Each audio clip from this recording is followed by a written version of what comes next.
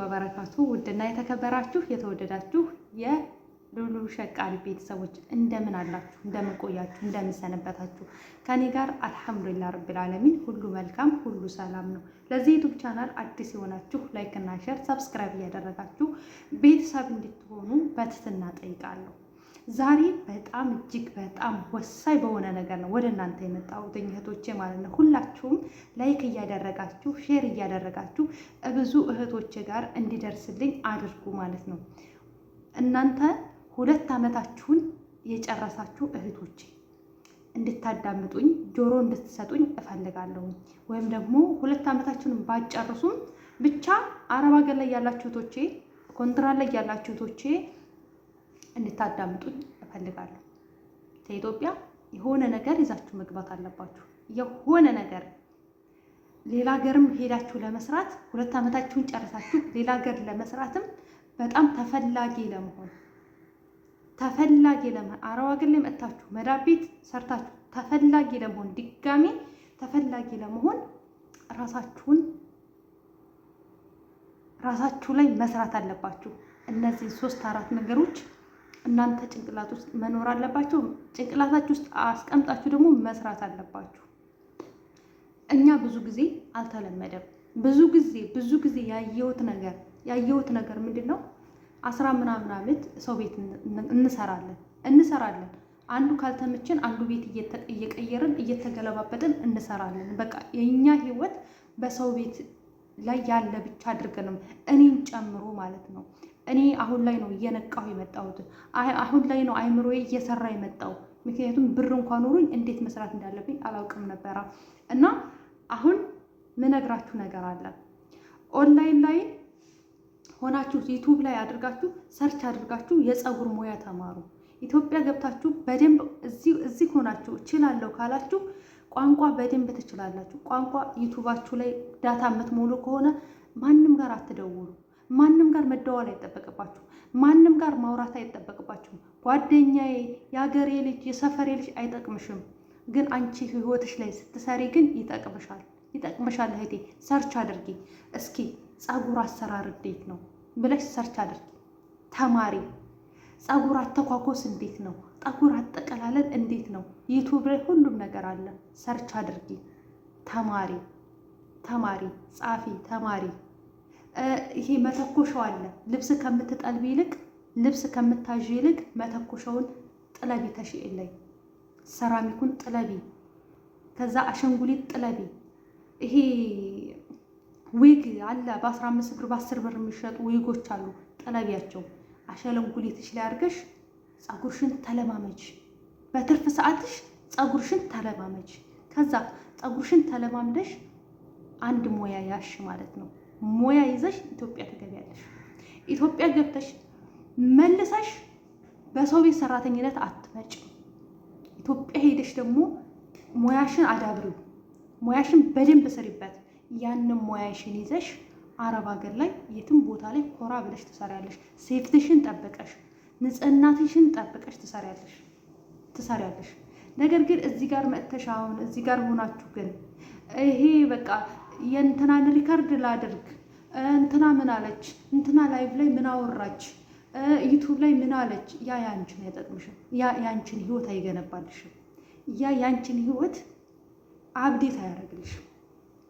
እስቲ እዚህ ድራማ ላይ ምን ተባለ፣ እስቲ እነዛ ፕራንኮች ምን አሉ፣ ምን አወሩ፣ ምን ፕራንክ ተደራረጉ፣ አይጠቅምሽም። እነሱ የራሳቸውን ስራ እየሰሩ ነው። እነሱ ህይወታቸውን በደንብ አድርገው እየኖሩ ነው።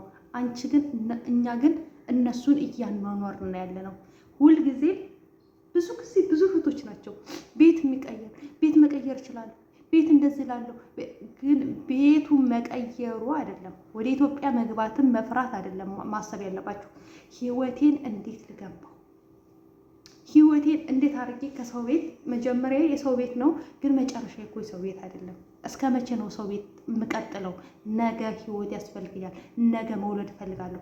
ነገ ማግባት እፈልጋለሁ። ነገ ህይወቴን እንደ ማንኛውም ሰው መቀጠል እፈልጋለሁ፣ መኖር እፈልጋለሁ።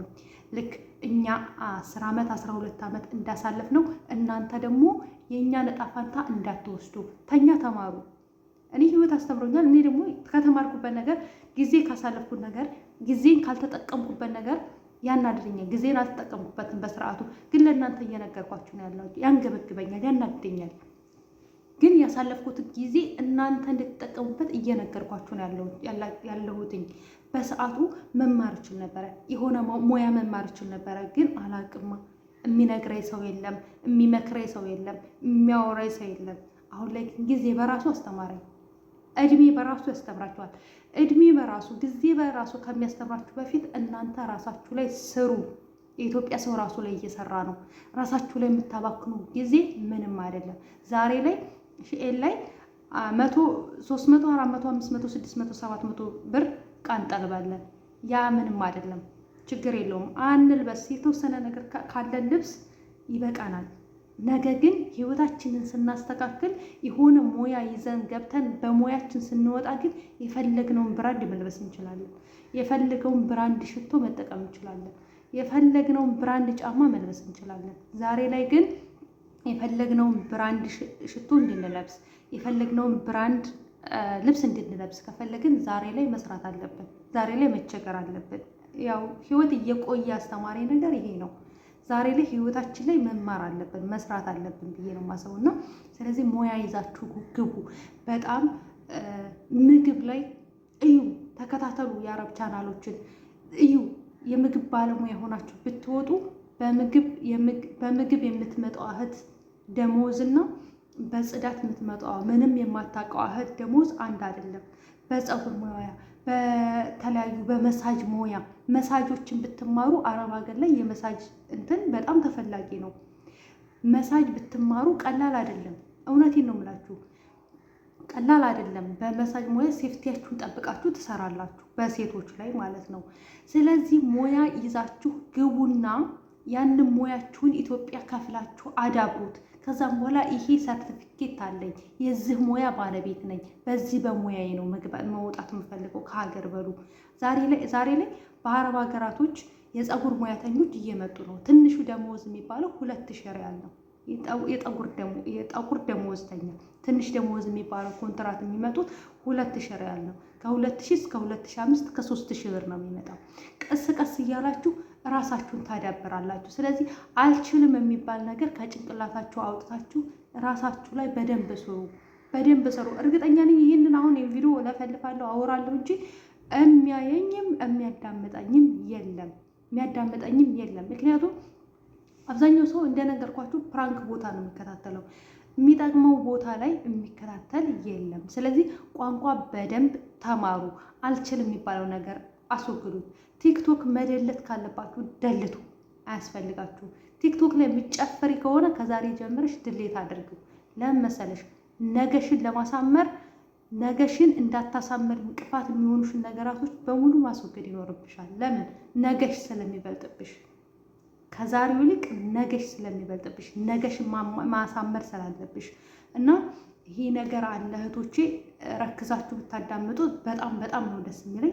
ካልሆነ ግን እናንተ እንደፈለጋችሁ እኔ የተሰማኝን ነገር እኔ በቃ ይሄ ይሆናል የምለውን ነገር ሸር አድርጌላችኋለሁ። ሌሎች ዜጎች በሙያቸው ሲመጡ እናደዳለሁ። በፀጉር ሙያ ይመጣሉ። የኛም አለ፣ ግን የሚመጣ ሰው ሙያ ያለው ሰው ያን ያክል የለም። የተማረ ሰው እየመጣ አይደለም።